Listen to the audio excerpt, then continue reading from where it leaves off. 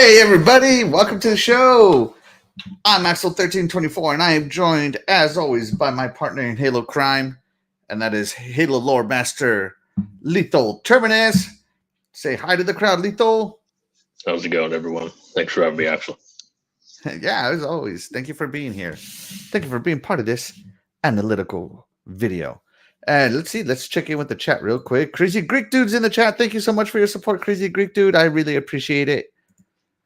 So man, what an episode. Episode 3 has ended. And wow, that's all I gotta say is what an episode. There were really good moments in this episode. So what do you say we get right into it, Lethal? Sure thing. All right, so first we start out on planet Oban. I don't know how else to say that. It's a United Earth G. I don't know what G stands for. Tier 2 Wasteland Salvage Colony. Now, Lethal, is this planet canon or non-canon? It is canon, but they changed it up a lot. In this timeline, Oban was originally an actual lore. It's what is it? It's human refugee colony, essentially, that the UNSC put like millions of humans on, basically to make as their new home after some of the other colonies of theirs were destroyed. Mm-hmm. And yeah, it's a lot different in this one. Oban was originally also the place where the Halo 5 Prometheans first showed up, the Promethean Knights, just a variant of them, just a little tidbit of lore for you guys. Oh, okay. Hey, there the you Guardians go. Also stationed there as well from Halo 5. Lord. But in the show, Oban appears to be a waste colony where they're sorting recyclables, and they seem to be sorting them by force. Kind of more like a prison planet, it looks like. Maybe a slave labor planet. Do you agree with that? Yeah, that's exactly what it looks like. It's messed up. Yeah, it is definitely not good. Not good at all. Now, I'm going to switch over here.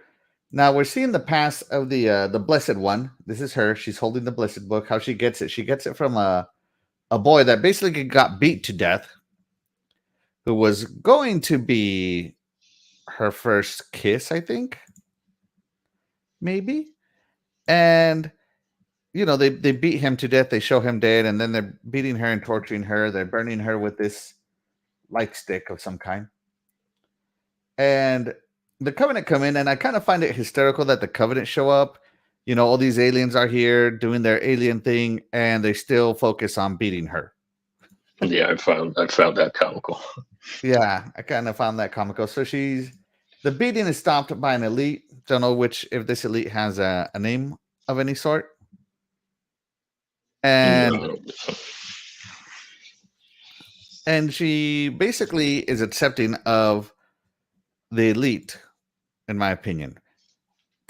And he calls her that she's the one we've been looking for, and that's basically her. You know, and I love this scene right here because she's trying on clothes that is human clothes, and she asks, "Is this suitably human?" Because she's obviously not grown up with human culture. Well, what do you think on this one, Lethal? Yeah, even though she understands some of the elements of human culture, she hasn't had that firsthand experience with it. So she's kind of just out of loop in that area, and she's trying to fit in, especially with what she's about to do. Yeah, so I found that scene to be rather comical. Now, quick flashback to episode 2. In episode 2, we saw these symbols, and Lethal and I were speculating on what these were, if they had any significance. Well, the significance was that she got a beat down from humans, and she ended up with scars on her body. This screenshot right here was not in this episode. That was in episode 2, but I still found it to be quite informative to be there.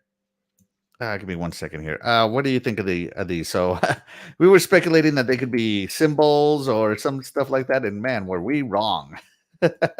Yeah, I thought it was going to be a mark that the Covenant gave her, like some sort of blessed one mark of whatever holiness, but no, it just looks like it's a mark because she got burned by those guys.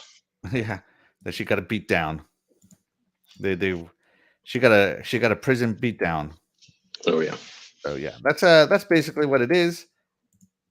So yeah, moving on with that one. But like I said, I do like it that she doesn't see herself as human. She doesn't even know, in my opinion. So I think that's really awesome. Give me 1 second, guys. I'm trying to do like 4 different things over here. Here we go. Let's check back in with the chat here real quick while I'm doing all this. We are joined by HTK. Hey, howdy, howdy, howdy. Axle1324 Gaming and Lethal. Thank you so much for coming in, HTK. And of course, Doggy Dog is in here hearing us talk about Halo. So we move on to the next scene. And the next scene is now that the Halsey clone has been taken out of cryo sleep or stasis of some kind. And she's talking, and she talks here. I find some of these lines nice. She says, "What became of the children?" So she doesn't know that the children have grown up. They've become Spartans. So this has to be the samples to grow this clone have to be 20, 30 years old. What do you think, Lethal? Yeah, I don't know everything that they're doing with all this, but yeah, she doesn't know everything. Obviously, maybe they're purposely doing that so that she doesn't, have, I don't know what to say, just strong opinions that could kind of turn her hostile or something. But no, what I think is that they're essentially trying to teach her some things, or they're trying to get some sort of samples to make sure that this brain is functional to the way they want it. Essentially, just preparing it for that. Right. And she also brought her a puzzle, and she had to assemble the puzzle. And I'm gonna guess that was once again one of those things to make sure that she was intellectually capable of doing what she needed to do, that the brain was suitable, Yeah. if you will. And I put this in here because we've seen lots of screenshots, lots of scenes with this guy just staring at the clone for no reason. And here it got kind of we got into creeper territory where he was going to kiss the clone. And I don't know. I just found that to be, whoa, hold on a second, guys. I gotta ban somebody. Give me a second. Yeah, hold on. Let me get that person out. Doggy, if you're in there, could you mod here? I believe Doggy has mod authority. Get that person out of here. If you can, Doggy, I'd appreciate it. So yeah. Where was I? Yeah, I just thought that this was really creepy and crazy and at the same time kind of interesting. Who knows if this guy's infatuation with Dr. Halsey will play further into the series. What do you think of this scene? Well, I think he's very lonely. Say that, but he's strange. He's basically just an assistant of Halsey, it seems, and I guess I don't know. He's just a bit of a different one. Yeah. And that's the only reason I put this in here was because I thought it was creepy and yeah, interesting. Yeah, Graphic God agrees with me. Creepy. And Jay, thank you so much for joining us. We appreciate you. With the power of Professor Dr. Doggy. And I'm gonna guess that he's saying he's gone, and my wife goes, with the power of Professor Dr. Doggy. All right. So here I'm not gonna show the too much on the harvesting brain scene, but it was gruesome, guys. It was like you remember when you first saw the movie Saw and how much fear anxiety it put into you? That's what the brain harvesting scene did to me. Like I have a thing for needles, and then where they put the needle was just, oh my god, it brought out every fear. I have a fear of needles, guys. So yeah. What do you think of this brain harvesting scene and the way they did it? Is it similar to the books? Yeah, it definitely put me on edge. Because it was quite something. It was most definitely, I can see why it's illegal in the UNSC in every facet, because yeah, that's just brutal. Yeah, and even like she goes, "Is this gonna hurt?" And the guy goes, "Oh yes." Like, very much. Yeah, but we're basically gonna hook you up with some muscle relaxers, so you have no choice but to take the pain. Now, I also took a screenshot here because it said it was collected 1A, 1B, 1C, 1D, And by the time this is all over, it goes all the way to 1F. Do you think that's the different number of Cortanas or replicants they're getting from the brain? In the lore, I think they made 4, I believe. So if they went all the way to F, that's 6. What do you think about that, Lethal? Yeah, I'm not too sure. I didn't really look into this part too much. You might be right. I'm not sure. All right. Moving on, and up here we go. The clone is dead. She's basically flatlined here. This is the thing that's basically grabbing her brain. And yeah, young Dr. Halsey that the creeper likes is gone. I like the way they did this scene, and then how they basically decomposed the body in the same time. It was kind of an interesting way to do things. And then, of course, here, I totally fanboyed out when I saw this, right? Because this looks exactly like the chip you see in the Halo games. What'd you think of this part right here? It's great. Did a good job with the design. I'll give them that. Yeah. Oh, hey, Doggy, this person's back. Can you ban them completely? Yeah, sorry about that, guys. Doggy's probably going to work his magic here in a minute. Yeah, I thought this was that chip that he always takes out of his helmet and he inserts into terminals and all that other good stuff. You know what I mean? Yeah. So yeah, yeah. Huh? Oh, no, I was just gonna say, it's a little bit different because it's not from his suit this time; it's just directly into his brain, essentially. But interesting way to go about it. But I still like the design they did for it. Right. But to my incredible disappointment, all they took was the middle. Yeah. It's like they tease you and then they just sweep the rug out from under you. You know what I mean, Lethal? Oh, yeah. And of course, this part, this part right here, this is it right here, that part. And it gets injected into his neural activity, whatever here, into this part of John's brain. So this is Master Chief 117. And I kind of like this, that it doesn't show everything normal. Like this doesn't look normal to me. I'm not a doctor or anything, guys, but that just doesn't look normal. You can see some reinforced jawline here, maybe some reinforced nose or and stuff. So it just didn't look like a normal skull, but close enough, I guess. Lethal, what do you take of this X-ray? Oh, yeah, I agree with you. It doesn't look, one-to-one and how you would expect certain things to look. And obviously that's the result of the modifications that he got. It's a good touch. Yeah, so far we're sticking pretty close to lore, with the exception of the planet. And here, so I love this part because it shows, and once again, A1 right here, maybe Cortana A1, right, or 1A, whatever it was.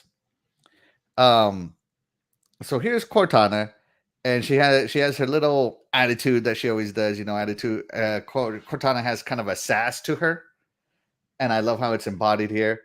And this is a part where she introduces herself to Dr. Halsey, and Dr. Halsey tells her, hey, why don't you study everything about humanity for the next hour? And she goes, well, okay, but what am I going to do with the other 52.4 minutes? Which just goes to show you how quickly Cortana can assimilate information to start building something off of it. What do you think of this scene here? Yeah, it's a good touch with the, what else am I going to do with all this time? Because, these AIs, especially, in that era, essentially, it's they can consume information incredibly fast. It's unimaginable.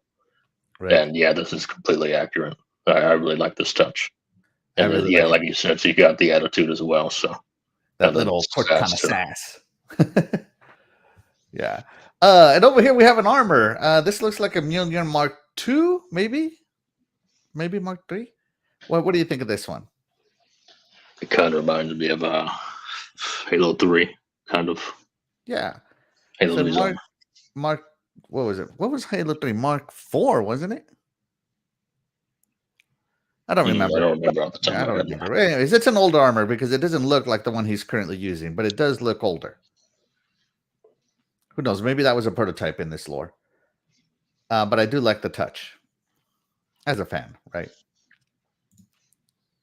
Now we move back to the oh shoot, what was this place called where these guys live? The Rebel. The Rubble. There we go. We go back to the Rubble, and we of course get the young lady here. Forgot her name. Quan Ha. What is it? Quan Ha. Huan Ha. Yeah, Miss Ha here, and she is basically trying to get back to Madrigal, and she, all emotions, all young teenager emotions. She talks to this guy very disrespectfully, and he basically tells her that because of John, I'm not gonna crush your skull. And this is just her going through her phases of trying to manipulate, of convincing in some way or another to go back to Madrigal. We had 3 scenes in the whole episode of this, which I thought all they did was make me kind of get annoyed with her. But when you stop back and look at it from an analytical point of view, she's just doing what teenagers do, which is just be annoying. What do you think of this one? Yeah, well, Soren definitely put her in her place. I'll say that. Because it's only out of, like he said, courtesy for John that he wouldn't kill her, because Soren is a guy not to be messed with, especially in the Rebel. You can already tell that the Rebel is not exactly a friendly place, and Yeah. Soren put her in a place essentially, and I like that. I think she needed a wake up call essentially. Exactly. And also, I love how before this scene, they were talking about the chickens and how many chickens everybody got and all this other stuff, and how people were complaining to each other, but not to him, which kind of tells me he kind of has a little bit of an iron fist there, maybe through fear of, don't disrespect me or I'll break your legs or something, because he's still a Spartan. He might have removed some of his augmentations, but I don't believe he removed all of them, because he's still in his Spartan armor as well. Yeah, I think that armor is a reminder essentially that, hey, I might be here, but I'm still not to be messed with. Yeah, exactly. Loved it. And of course, here's the famous scene. Cortana introducing herself to John 117 Master Chief. And the reason I brought this scene in is because I wanted to compare the current blue to the blue everybody complained about on the internet. So this one, you can tell they turned on the blue filter, because even the background is more blue. The little shadow down here is more blue. So yeah, they turned on that Instagram filter, added some more blue hue to it. What do you think about this? Was it right to make her more blue? Was it wrong to make her more blue? She did have more, I guess, code going through her in this scene than she did in this scene. But what do you think about the blueness of Cortana here? Yeah, well, yeah, I'd say it's right to make her blue, but what I found interesting, maybe it's just me, but this scene kind of doesn't look the same. Like Cortana, to me at least, doesn't look the same from some of the other scenes from this episode, because I don't know, maybe it's just me, but this scene made her seem like a little more human looking, but the other scenes kind of had like a uncanny vibe to it. Yeah, and once again, the whole blue controversy was it was silliness, in my opinion, because here it is on the YouTube capture, how it looked versus how it looks in the show. And I got to tell you, I like the way it looks in the show a lot better. You can see a lot more detail. YouTube, maybe the video compression is just not phenomenal on YouTube. Just saying. So yeah, Cortana meeting Master Chief. Hey, now we get to the good part, man. With the new, we have a UNSC ship who and a Covenant Corvette comes out of slip space. It's abandoned basically, and the Blessed One is on the ship.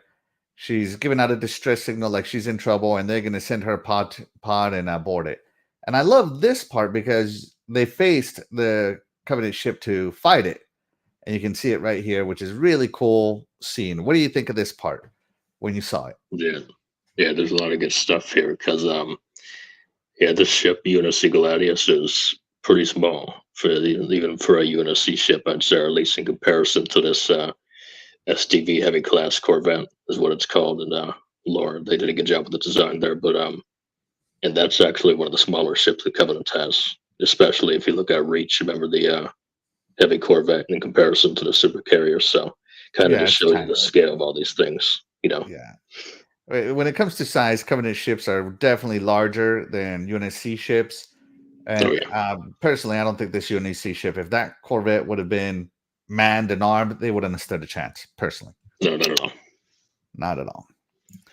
We're joined in by Stinky Corpse. What's up, Stinky Corpse? Thank you so much for dropping by and showing your support. I appreciate it. Be sure to hit that like and subscribe button and share this out, guys. Help us get the word out that me and Lethal are doing these reviews every Sunday night at 8 p.m. Eastern. Back to it. So, you want to talk about somebody fanboying right here? When I saw this, man, I was like, "That's a hunter," immediately. And what a scene! Here she is doing her little voice acting, right? And here is the big old hunter just presence. What did you think when you saw this? Oh, it was great. We didn't see everything, of course, but I can already tell that they probably will. We'll probably see everything eventually. Yeah. First of all, she sold it very well. She did a very good job at acting. Surprisingly, I wasn't expecting her to be that good with it. But yeah, and as for the Megalogolo, that's what it's called, the hunter form. The Legolo are just the regular worms themselves. They can take on many different forms. So Yeah, yeah, you can see that in the later scenes. yeah. The Legola worms, of course, they start coming out of this form into their individual forms. And yeah, just real quick, in Halo lore, the Legola consider themselves among the higher hierarchy of the Covenant. So yeah, they kind of have a bit of an attitude in the books. Yeah. So here we go. Now we're getting back to Dr. Halsey. We're gonna skip a couple of scenes. And this is where John is touching the artifact again to have some flashbacks. It's stressing his body. Before his body goes stressed, Cortana puts him in stasis. But when she does, which is basically she takes over his body for the most part. And when she does, the artifact stops reacting. And I left the subtitles on so we could know what this is all about. I'm now getting no readings from the artifact at all. Lethal. In the actual canon Halo lore, these artifacts respond to all humans. In the series lore, they only respond to certain humans, and it seems to distinguish consciousness as well. What do you think of that? Well, yeah, it just goes to show you how advanced the 400 technology is, even for how advanced this UNSC technology is, which is incredible. It's the 400 technology is just so precise and advanced that it can kind of separate these different consciousnesses and all these different forms that they're trying to take to try to dissect it, but it's just not working. Yeah. Now, don't forget, guys. The Forerunner. This artifact is Forerunner in nature. At least if they stick to the canon, we haven't actually heard it officially yet, but I don't anticipate that they're going to remodel the lore that much. Yeah, it's Forerunner in nature, and even the Forerunners had what they called ancillas, which is basically AIs. So they know that these ancillas exist, so they probably put in fail-safes against them, especially after what happened with Mendicant and Offensive. So yeah. All right, now we get to the good Legola scene. So she comes on the pod, and I put this on here because Yates, whoever I'm gonna guess it's Captain Yates, says, "Christ, it's those crabs. Do these look like crabs to anybody? Just asking." This is quite the crabs. Yeah. Now I don't know what kind of mutations crabs will go by in the next 500 years, but I don't anticipate that crabs will look like this. I think this is just now we're getting into seeing some of the mistakes. I don't think this kind of, as a Halo guy, I do have a problem with that specific line. They're not crabs. What do you think, Lethal, about the Yates calling them crabs? Well, I'll say this: the Marines and all that, they definitely have their nicknames for some of these aliens. I've never heard of crabs before, not for Legola at least, but yeah, they've given other nicknames to the other species. Common ones are like split jaw or something for the elites, all that. So yeah, they give them nicknames, but yeah, this one's quite an interesting choice for nickname. It's the crabs. Now when I go fishing, using night crawlers, I'm going like, hey man, give me some of those crabs as bait. Perfect. But yeah, this scene was awesome because you got to see the Legolo. I don't want to call it like a hive mind. What would you call them? The colony. Yeah, there we go. The colony. There we go. The Legolo colony working together to execute the plan to take over this ship. And man, they did it efficiently and brutally. The brutality in this scene was amazing. Absolutely. I loved it. Loved every second of it. Voice commencing core protocol. Now, I thought they said coal protocol, not core protocol. But I'm going to guess this is the wiping of flight records, so that when they lose this ship, it doesn't go back to any important planets. What do you think? Yeah, I believe they meant to say coal protocol, not core protocol. That might just be a mistake. But yeah, coal protocol, some of you might know, is just the wiping of navigational data in UNSC ships so that the Covenants don't take it over and use that navigational data to hunt down other colonies and destroy them. That's right. Yeah, so I do believe I do remember it being called the coal protocol. Yeah, it is the coal protocol. Yeah, so whoever they paid to do the subtitles here, I think they either misunderstood it or didn't hear it properly because this was just a background computer talking. But I do believe this is more of a typo than it is a voice being wrong. Because when I hear it, when I was watching the episode, I'm like, oh, cool, the coal protocol. And the coal, like C-O-L-E, protocol. So yeah, that was interesting.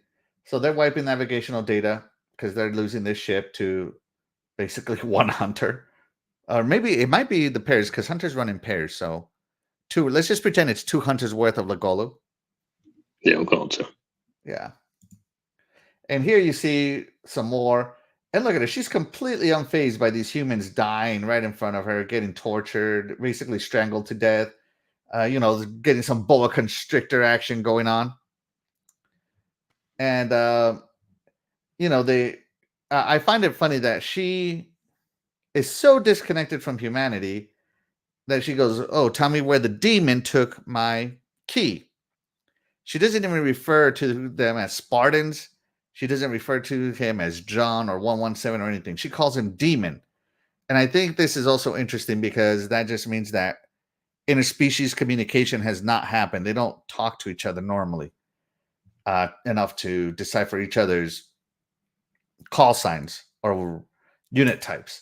What do you think of that, or how she referred to them as demon instead of Spartan? Yeah, it's common standard for the most part still in the Covenants because, yeah, they all know who the demon is. So even her, even if she hasn't been in the battlefield too much. But yeah, you're right about she didn't react to, this slaughtering so much, and it's quite something. I almost feel like she got some satisfaction from seeing him die. Right? I think so too, yeah. All right. So then she kills the captain. And she says humans are just as disgusting as I remember them. So she obviously hates humanity. Probably because they tortured the crap out of her, and those are the memories of humanity she has instead of, the species type of thing. And what do you think about her fingernail polish right here? I mean, we're looking at L'Oreal 2052 Covenant Blade nail. What do you think of this nail polish she's got going on? This is new. I've never seen this. Yeah, this thing kind of cracked me up. It's unusual for sure. I did not expect, a fingernail sword or blade. It's yeah, I didn't expect that. The closest thing we got to that is some of the Halo Reach elites. They kind of had like some sort of wrist blade of some sort. Yeah, almost like shields. The assassinations. Yeah, that's the closest we got. No, nothing like this though. Yeah, this was interesting. So yeah, taking a little bit of liberty, but hey, all for the better. I'm all for it. I support it. Why not? Give me new stuff. I love new stuff. Yeah. Right.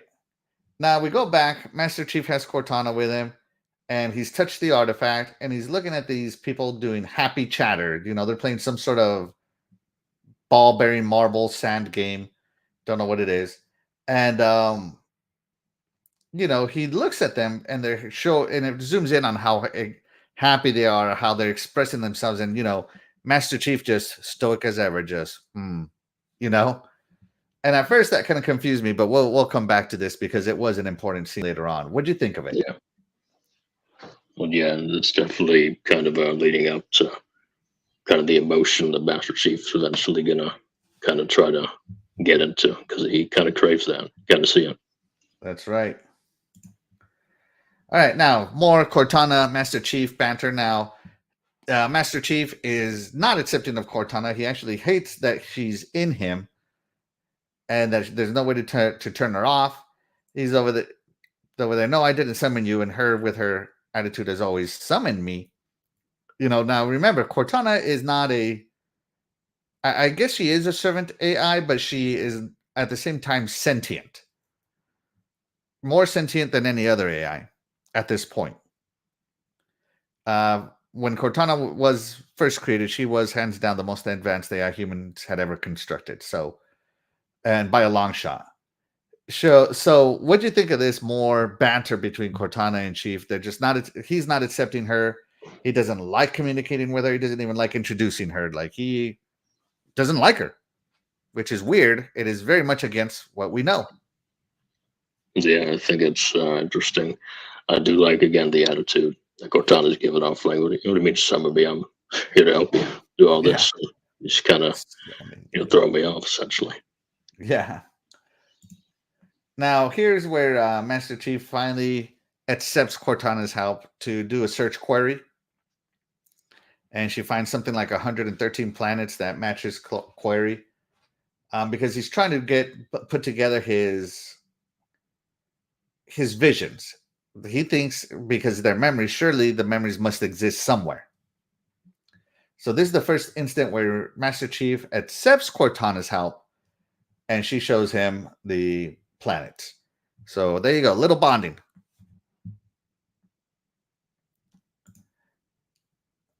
And then here, so this is after Master Chief is showing Master Chief trying to remove his emotion suppressor pellet. And Cortana, instead of just being linked to Master Chief, she's reporting everything back to Dr. Halsey, which I don't like that at all.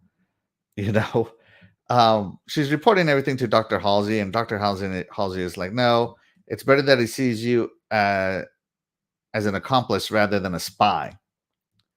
Right? And so Cortana's not making her own decisions yet. She's still being controlled by Dr. Halsey. What do you make of this one?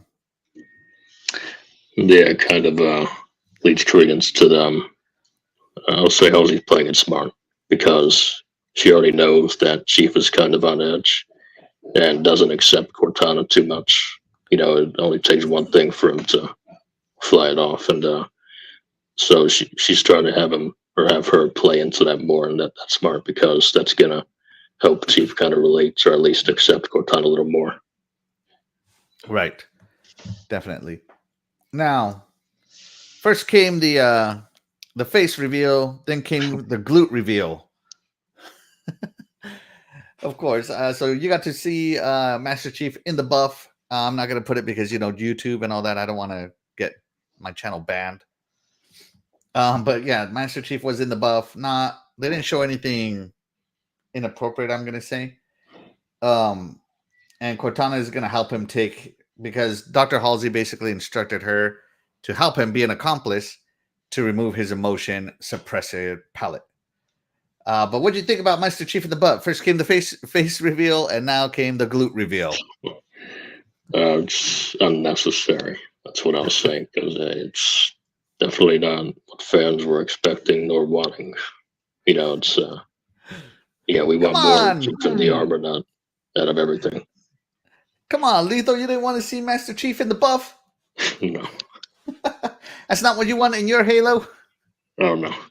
Not my Halo. Not your Halo. All right. But hey, it's there for the storyline progression, and it was an important part of it. Personally, I don't think he needed to be fully in the buff to do what he needed to do, but hey, I didn't write the script. Now his emotion suppressor is off. Now here, like, epic music is playing, and Master Chief is like a child looking at everything, like with awe and wonder, because he's getting emotional feedback now from what he's experiencing. And all this, I'm not going to say is new to him, but he probably doesn't remember the last time he had emotions. It's been at least 20, 25 years since he maybe experienced emotion. What do you think of this scene where, like, they're just showing Master Chief experience all this new sensory, if you will? I liked it, because like you said, it's been a very long time since he had emotions of really any kind, and he's finally seeing things in a perspective he hasn't seen in a very long time, and taking it all in. And I liked that they include this. Absolutely, I love it too. Now here, Cortana asks him, "Is this why you took your pellet out, so that you could hear this, so you could hear this opera?" And he's like, "Maybe I just want to hear it like everyone else." Once again, remember, these guys, even though they're kind of used as robots, they're not robots.